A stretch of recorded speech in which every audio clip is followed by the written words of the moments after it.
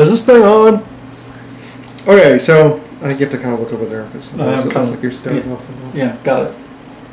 So I haven't done a video in a while, and I figured I would make one about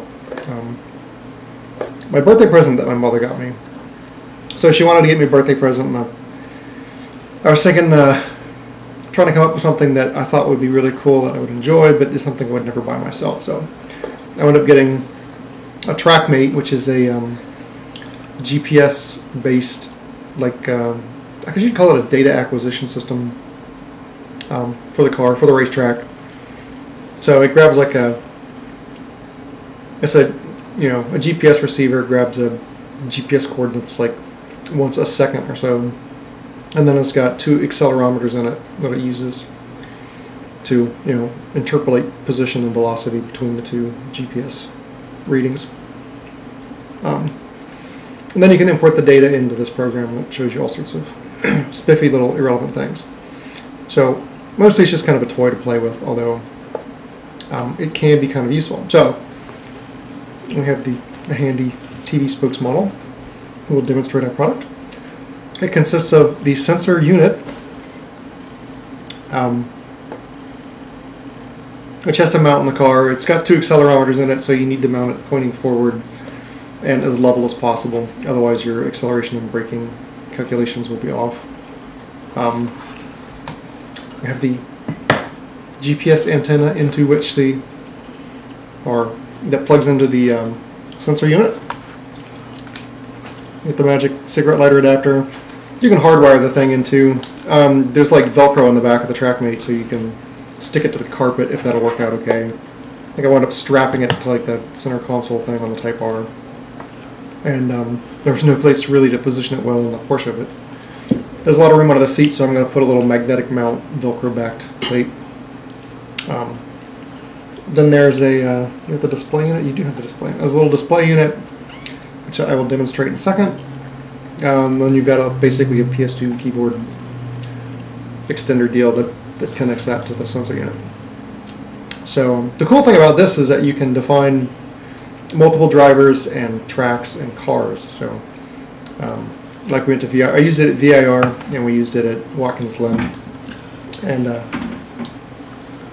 both myself and Rich are in there with Bruni and Junior. So yeah, at VIR you just select VIR South, Sparky, and Junior, and it'll keep that separate from like Rich and Bruni. So hang on a second. Well, I'll just edit it. I need that. You just edit it? Yeah. Oh, okay.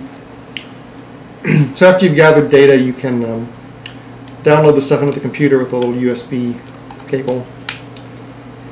Thusly, and I'm going to plug this in and the computer's going to crash because Windows sucks ass. Let's see. Hey, what do you know? It says drive safely. I don't know if you can see this. I got the Brad. Stop it.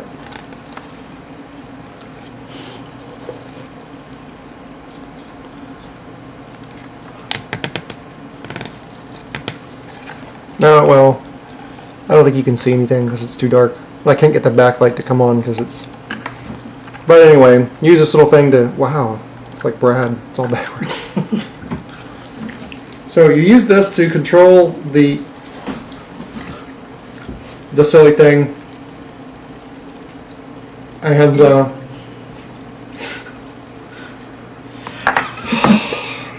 yeah, it's gonna be a long video, and Windows is already freaking out, and I'm not sure how to show this next part, so I'm gonna pause you.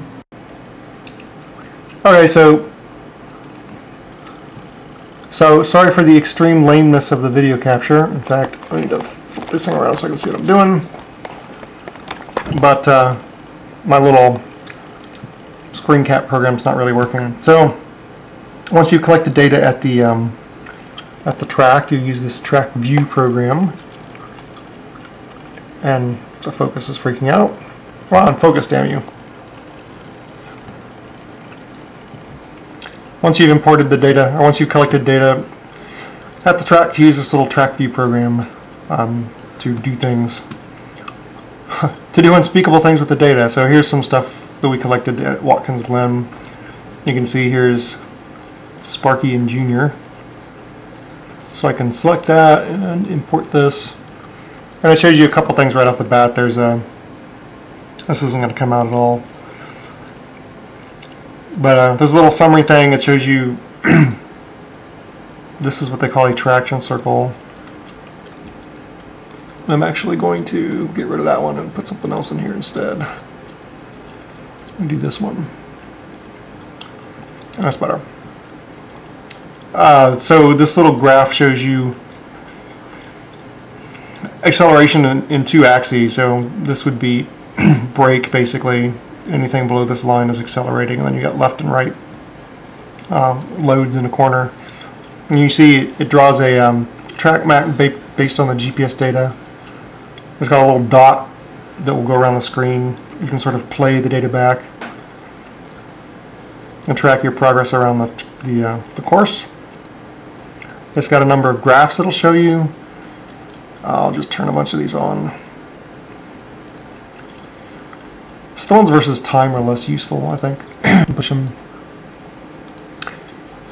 So there's the track map. We've seen that. And there is lateral G's acceleration, braking, and velocity by distance. So this is for all laps that are in here. You can go in and select just a single lap. Like if you look at velocity, you can see that I'm quite a bit slower going down the, this would be like through the S's, I guess, which is because of traffic in front of me. So that's fairly boring. This is just a bigger version of a traction circle. You can see this characteristic T shape, which means I'm being a wimp in the Porsche and doing all my braking in a straight line and getting off the brakes before I go into a corner. Ideally, you'd want more of this area occupied with data points, which would imply that you're sort of braking and turning at the same time. It's a lot easier to do that in the Type R than in the Porsche. In the Porsche, all the weight's in the back. When you step on the brakes, the weight shifts forward and the back end wants to come around. So I call it trail braking essentially, but a much riskier proposition in the Porsche than it is in the Integra. Here's a little brake and turn zone. It's like color keyed, so the little red parts are braking zones, the greens are acceleration. And you can see where you're turning and braking and turning and accelerating and blah blah blah. There's just a velocity versus time graph, which in and of itself is fairly boring. And then there's a little segment analysis section that you can define segments on the map, and it'll give you your entry speed into the segment, your exit speed, your maximum braking and acceleration loads, the time you spent in the segment. So you can compare from lap to lap, you know, what you're doing, what your entry and exit speeds into the corner are. So it's instructive if you take a look at a fast lap and a slower lap to see what the difference between them is. And at VIR, actually, I gathered some data and looked at it, and I'd been working on trying to gain speed through a specific corner, and when I'm looking at the TraqMate data, the difference between my fastest and slowest exit speeds was, you know, like 5 miles an hour, which isn't insignificant, but it's not, you know, that big a deal. And I looked at the difference between entry and exit speeds into several of the other corners were much greater.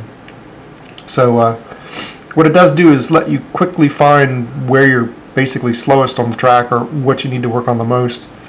And so by focusing on the corner where I was really, you know,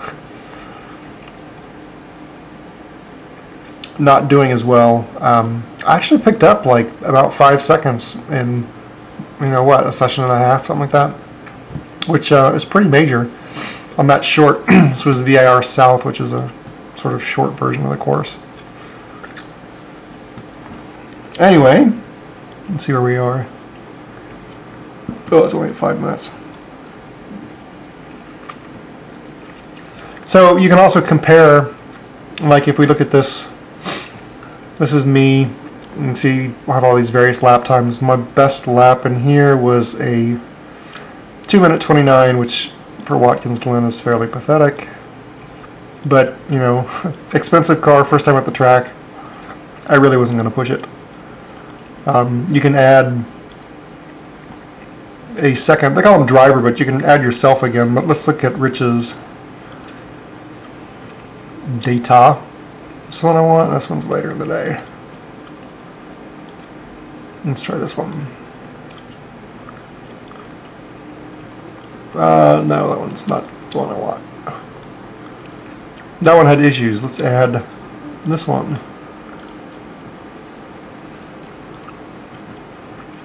And so we see Rich's best time in here is 2:29.7.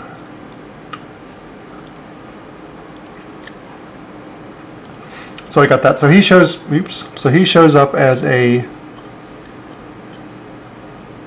red dot. I'm the blue dot. You can start these over and watch the dots go around the corner. So there's Rich going faster than him already, the bastard.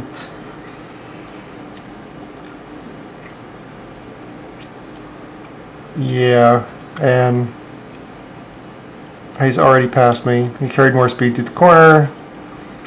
Although if you notice a little acceleration, little dinky marks, I'm on the gas way sooner than he is.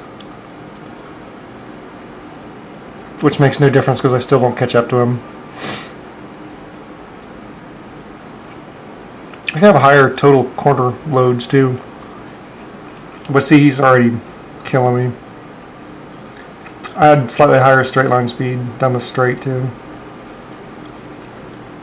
And then he'll proceed to demolish me through the rest of the course. And whine about not having enough power. So that's fairly humiliating. But you could define little sectors and look at the difference in entry speeds. And I already know he's carrying more speed through one intro, braking, and my line sucks slightly. Which you can kind of pick it apart using the analysis program if you're sufficiently bored. So there's that. I'll go ahead and kill this. No, I don't want to save the changes. Oops. There's us. Whoa, feedback. Yeah. They also have this other program. I'll just minimize this. They have this other program that lets you synchronize. See, here's the track map again. This is from VIR, so I imported the data from the VIR session. And here's my in-car video. So you can sync these two up. And then once they're synchronized, which I'm not going to show you how to do because it would take way too long, you can create a video that's got a little like dashboard overlay. So you pick the one that you want. I'm going to use TraqMate's no RPM gauges because I don't have any the RPM stuff set up. Turn the translucency. It'll calculate. And then it'll show you. Well, kind of boring, but because we're moving, and we'll just sit there for a while. But when it starts moving, you get the little speedometer that shows you how fast you're going. A little brake light comes on when it determines you're braking. It's got the track map and a little dot, which is really kind of cool. There you go. And the little dot's not going to be synchronized to the video. But it shows you a little traction circle, and you'll see the thing go side to side, back and forth as you brake and whatnot. So, that's kind of what will make it more interesting to do. And if I have already, I will post some videos that have the TraqMate stuff embedded. And so that's that. The unit's actually also got additional inputs. So you can hook up a tachometer, so you get RPMs also in the display. In fact, most of the they have like different little dashboards too. Oh, that's boring. Let's see. That's boring too. Fancy analog. There we go. See what it looks like. Yeah, so it's got the little tachometer, which will just read 0 because I don't have any input for it. So you can wire it to your TAC. I didn't really want to do, or they're working on an OBD2 based input module, so you can just plug in the diagnostic port on the car and it'll give you, a bunch of parameters that you can pick, probably like throttle position, certainly RPM, and so if they come with that, I'll probably get that too. even some data, just because, you know, it's a toy, so I can make cool pimp-ass looking videos. But anyway, that's it. That's my birthday present. And look for new pimp-ass racing videos coming to a YouTube account near you.